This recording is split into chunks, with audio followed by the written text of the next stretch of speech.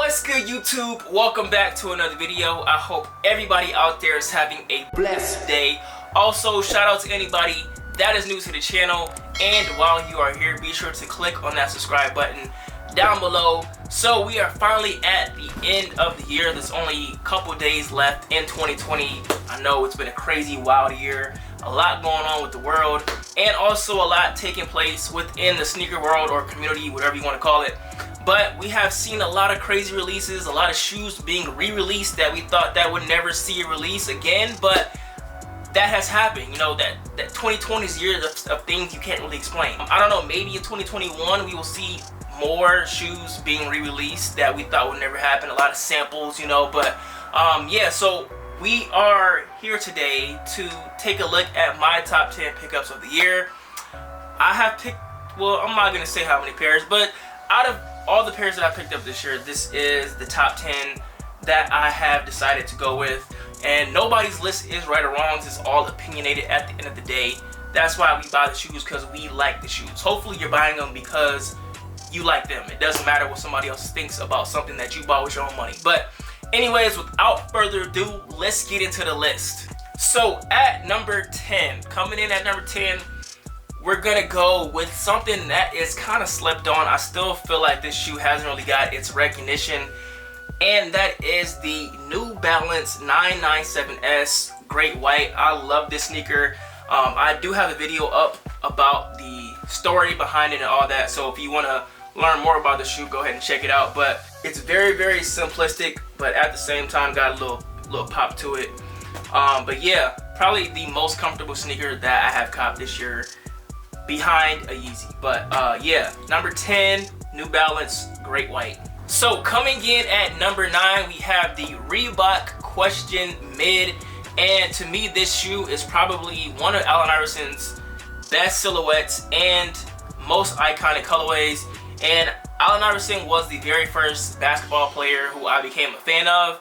I'm not gonna lie, I didn't really watch Jordan coming up. I don't really remember watching Jordan play on the Bulls.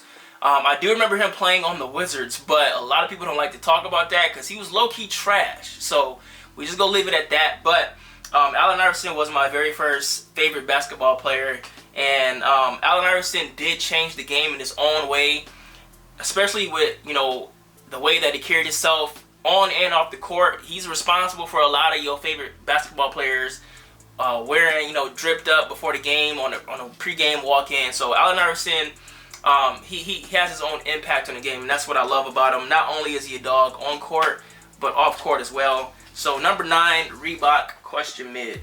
So at number 8, the packaging on this shoe was crazy. It's between these and the Chunky Dunkies as far as packaging. It's pretty head-to-head. So this right here is none other than the Nike SB Turdunkins, and this shoe right here I did get off Concept's website, so I was able to get the whole entire pack, and I do have the video on that, so if you want to go ahead and check it out, the video on that is up on my channel.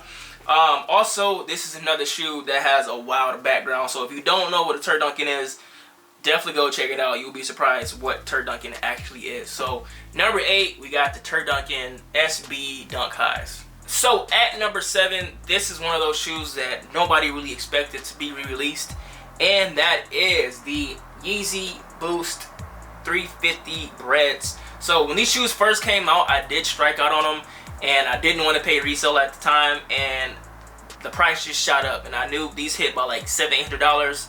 I wasn't gonna pay that. So when I seen that these were re-releasing, I definitely had to grab a pair. Got these for retail too. So dope shoe, and as of right now, the only Yeezy in my collection. I think I'm good enough with these. I don't really wear Yeezys like that anyways. But number 7, Bread Yeezy 350.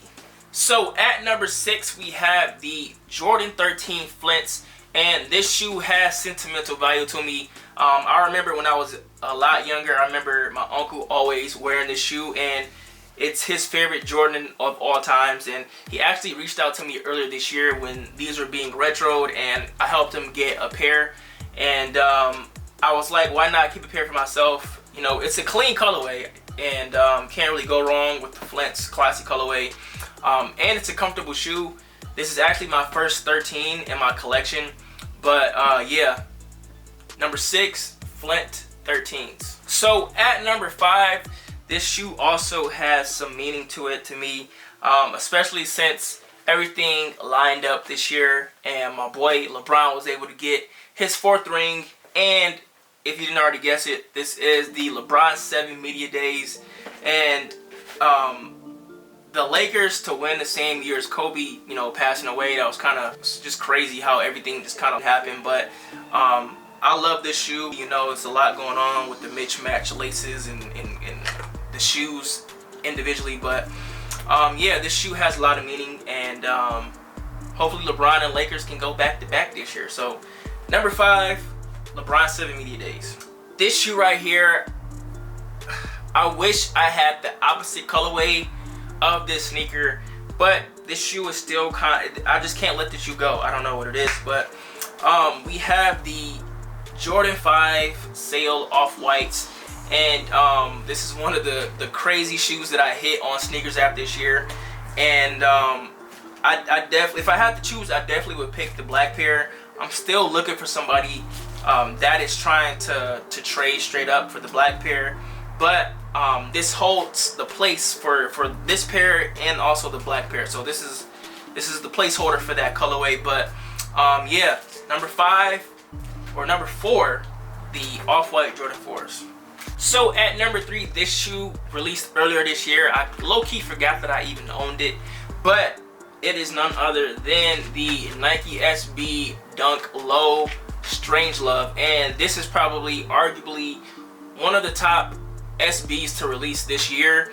I actually was able to grab these for retail from a local skate shop. Shout out to Sweet 160. Retail was like $100, and when they first came out, they was reselling for like $300, and then out of nowhere they shot up to like, I think like $1,100 somewhere with, you know, throughout the year. I think right now they're like around $800. But this is just a dope sneaker. Good materials. You got velvet and suede on here, and nice shoe for the holidays. This reminds me of like a Valentine's Day, but this is such a beautiful sneaker. And too bad I wasn't able to get the Sean Clivers. And I'm bringing those up because those were created by the same person who created these. So try to complete the pack, but unfortunately it didn't go as planned. But at least I got one out of 2.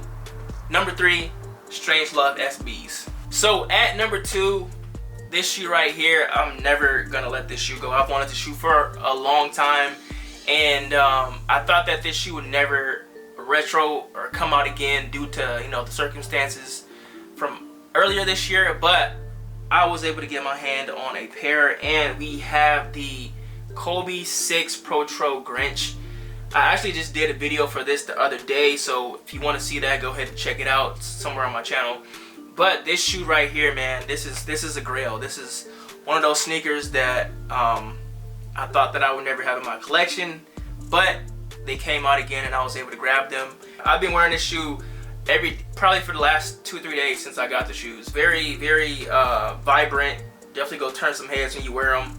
But fire shoe, bro. Fire shoe. So number 2, Kobe Grinch. So we are down to the last spot, and regardless of what I ranked any of these shoes at, I still love them. That's the reason why I bought them. But can anybody guess what the number 1 pick is? This is a sneaker that I didn't do a video on, so maybe that'll help you guys figure it out. But let me know what you guys think that it is. And we have the Jordan 4 Union. And yo, this shoe got so much hate before it released. And I mean, it's kind of understandable because when the pictures first came out, everybody's seen this. They just seen a tongue, bend it down, like what the heck is going on. But when you release the tongue and put it up, it kind of, you know, makes the shoe look a lot better. But I've always wanted this shoe since the pictures first came out. And there was also another colorway that came out as well that was exclusive to Union's website. But to me, I like this colorway a lot better. I mean, the other pair is a little bit more exclusive because this one did release in more places. But I like this shoe. That's just my opinion. But this is also another sneaker that I did win on the Sneakers app. And I feel like between these and the Off-White 5s, I swear, like, after I hit those 2, I couldn't really hit nothing else. So I feel like that kind of took all my luck, but I'm still glad that I did get these for retail. And yeah, so that was my top 10 pickups of 2020. Let me know what you guys think of my top list. What would you put at number 1?